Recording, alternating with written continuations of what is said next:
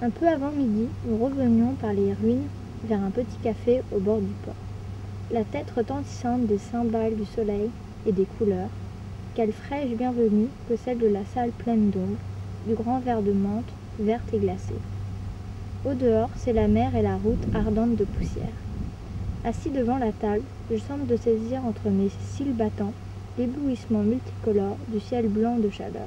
On mange mal dans ce café, mais il y a beaucoup de fruits. Surtout des pêches qu'on mange en y mordant, de sorte que le jus en coule sur le menton. Les dents refermées sur la pêche, j'écoute le grand coup de mon sang monter jusqu'aux oreilles. Je regarde toutes mes yeux, c'est la mer, c'est le silence énorme du midi. Jamais je ne restais plus d'une journée à Tipaza.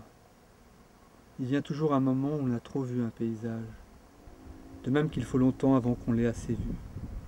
Les montagnes, le ciel, la mer sont comme des visages dont on découvre l'aridité ou la splendeur, à force de regarder au lieu de voir.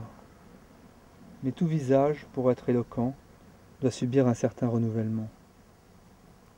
Et l'on se plaint d'être trop rapidement lassé, quand il faudrait admirer que le monde nous paraisse nouveau, pour avoir été seulement oublié.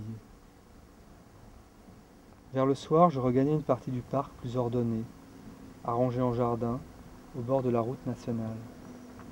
Au sortir du tumulte des parfums et du soleil, dans l'air maintenant rafraîchi par le soir, l'esprit s'y calmait. Le corps détendu goûtait le silence intérieur qui naît de l'amour satisfait. Il y avait du romarin derrière moi, et j'en percevais seulement le parfum d'alcool.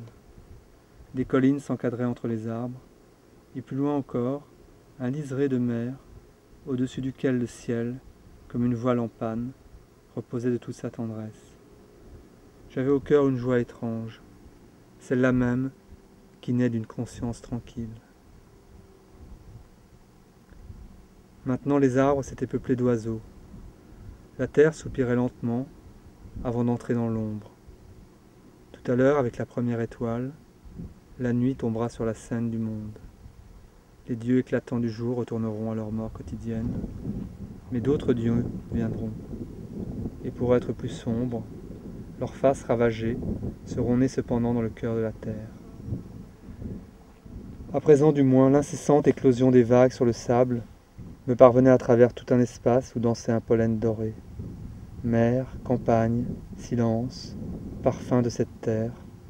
Je m'emplissais d'une vie odorante, et je mordais dans le fruit déjà doré du monde, bouleversé de sentir son jus sucré et fort couler le long de mes lèvres. Non, ce n'était pas moi qui comptais, ni le monde, mais seulement l'accord et le silence qui de lui à moi faisaient naître l'amour. Amour que je n'avais pas la faiblesse de revendiquer pour moi seul, conscient et orgueilleux de le partager avec toute une race, née du soleil et de la mer, vivante et savoureuse, qui puise sa grandeur dans sa simplicité et debout sur les plages, adresse son sourire complice au sourire éclatant de ces ciels.